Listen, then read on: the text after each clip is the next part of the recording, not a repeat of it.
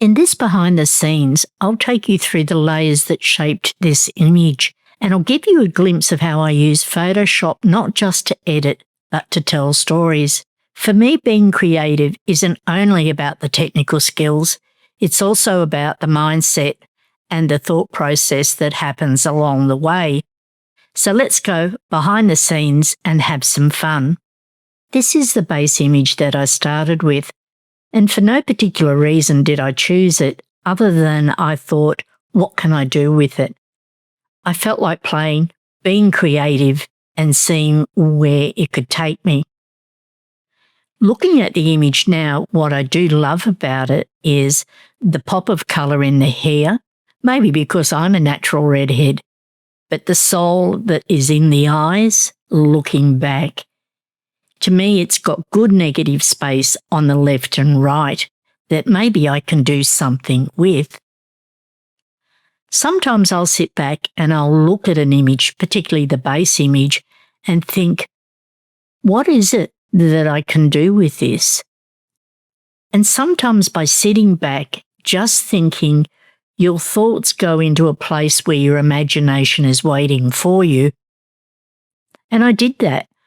I looked at it and I thought, I've got an idea here.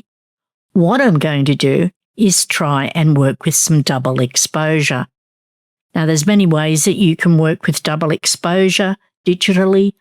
I'm going to use Net Collection 8, and you can go into analog and you can actually choose a double exposure. And I will do a video on that later. But this is behind the scenes, my thought process and where my imagination led me. I'm going to turn the next layer on, and this is where I got the double exposure. And there's a number of presets in there that you can choose. As soon as I saw this, the idea then sparked. I'm going to create an image that tells a story about emotion and draw from those life experiences that shape us. And this is what storytelling is about. What I'm happy about with the image now is that I love the vintage tones, the pop of strong colour, but it's subtle, the grunge textured look coming through, and that face that's on the right-hand side. But I felt there was an imbalance in the image, and I wasn't sure what to do with it. The imbalance I felt that was on the left-hand side. And I knew that if I'd go into analog double exposure again, I wouldn't be able to position it exactly where I wanted. And so this is where I started to play and add another layer to give balance on that left-hand side. Let me show you what I mean. I'm going to turn the next layer on, and this is where I added that extra image that gives what I call the unbalanced numbers, working in 3s, 5s or 7s when you're doing art or composite image. But how did I get that there? I'm going to come and click on that layer, and let's have a look at the layers stack, and you'll actually see that there's a mask there. I'm going to disable the mask first, and you can see a frame of that image. I'm going to change the blend mode back to normal and the opacity to 100%. And there's my base image.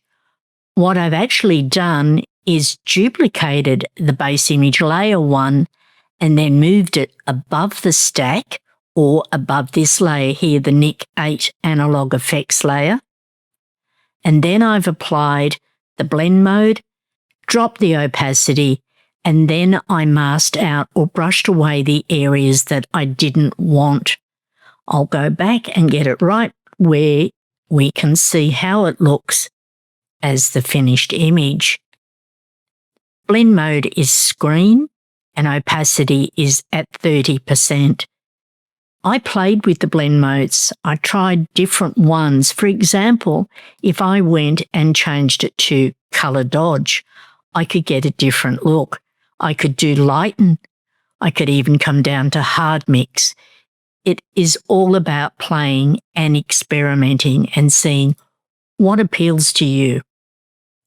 By dropping that opacity, it did look softer, and I felt it matched that double exposure face on the right-hand side.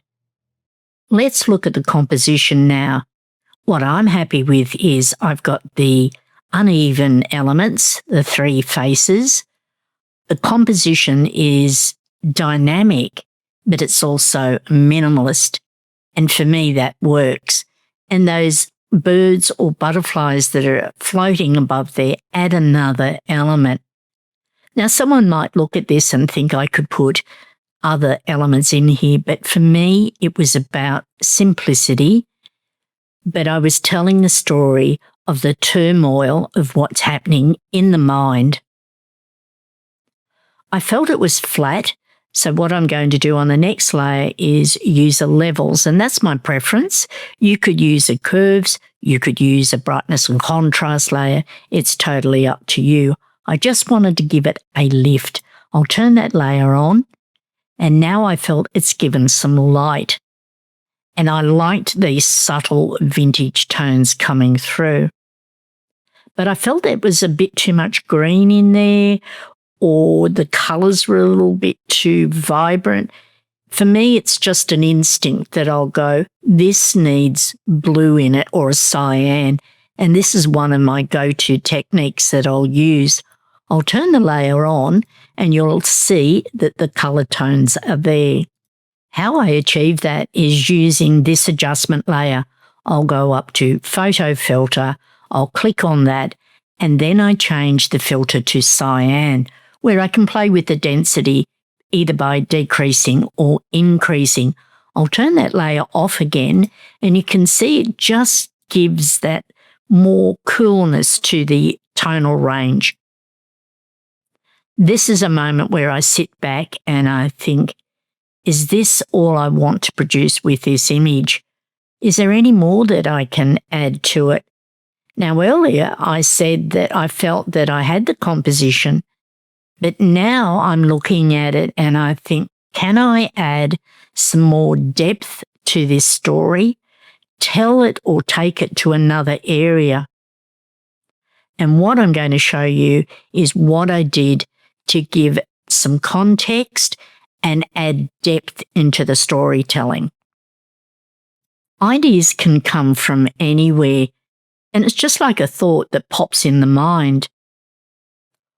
What I'll do when I'm not feeling creative as finishing an image is I will go and cut out elements or create backgrounds or new elements to build up my creative stash, that when I'm stuck or I need something, I'll go in there and I'll have a look, and sometimes this is where an idea will spark.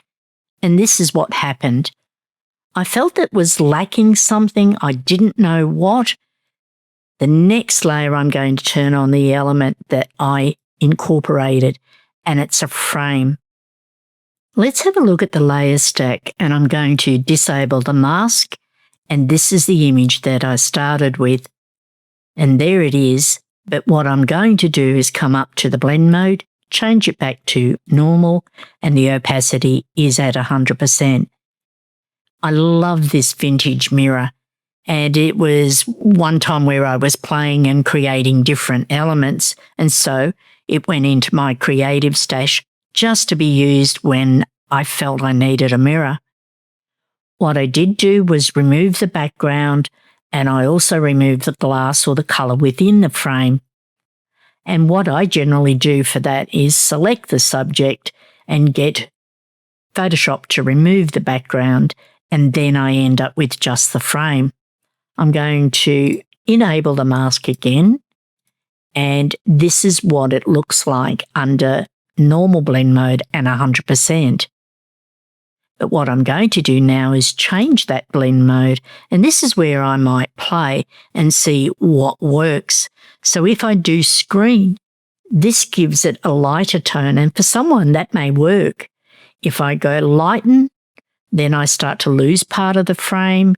If I come down to difference, I get that deeper tone green, which actually can work on some images. If I come to multiply or darken, I'll get different tones. So what I'm going to do is now get it right back to the colour that I had and I felt that it worked with, and the blend mode was overlay.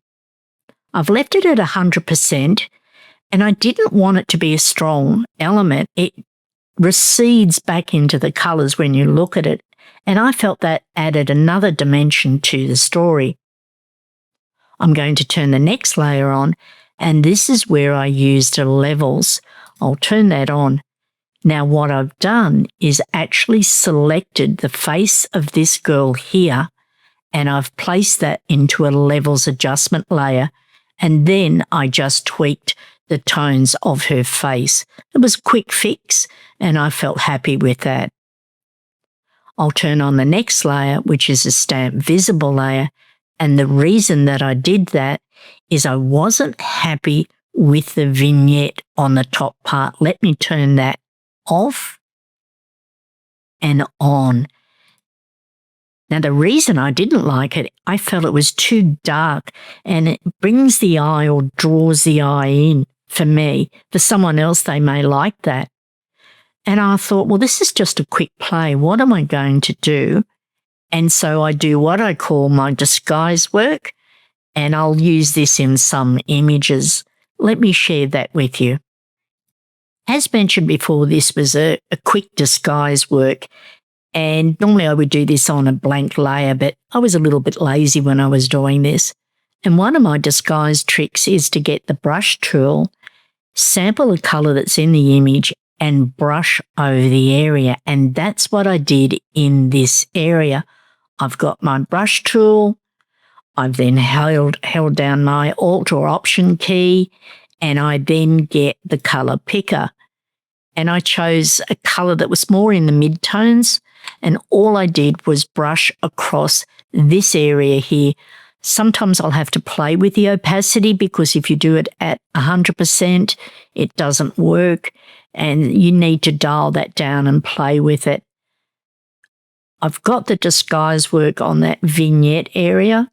It's not perfect, but these are the little workarounds or problem solving that you need to do when you're being creative. And this technique I learnt way back in my landscape photography days, and I still use it today. I've sat back and I've looked at the image and I thought, what else can I do with it? Do I need to do anything with it? And sometimes you either move forward or you go, enough is enough, or what can I do that might disguise? And this is where I use digital textures to disguise some of the areas of this image that are not perfect. And it's what I call a global disguise texture. Let me show you what I did with that.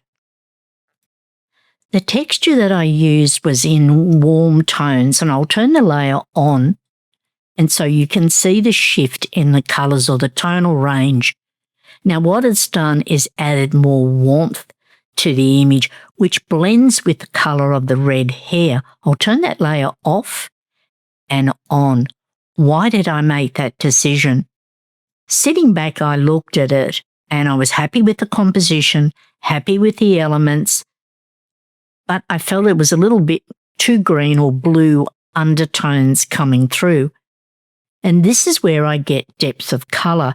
So earlier in my workflow, I did add some cyan to it to get the tones, but now I felt that it just needed that little subtle pop of warmth, and also using a texture now disguises some of the areas that I'm not happy with and I don't want to spend time fixing them.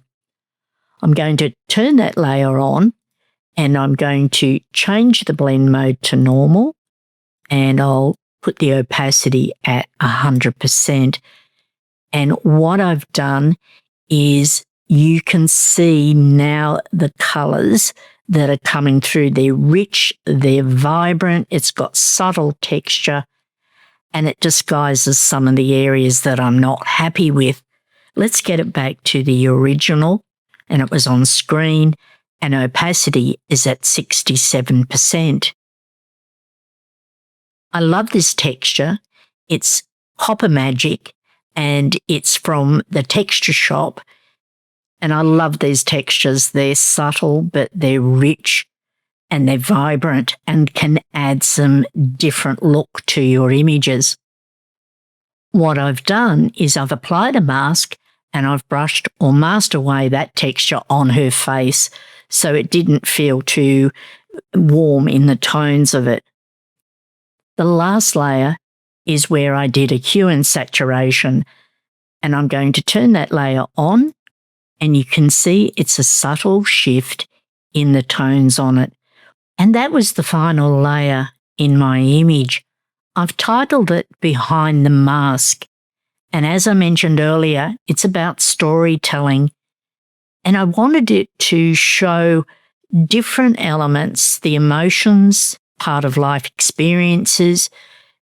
But I had all these ideas playing in the brain as I was creating.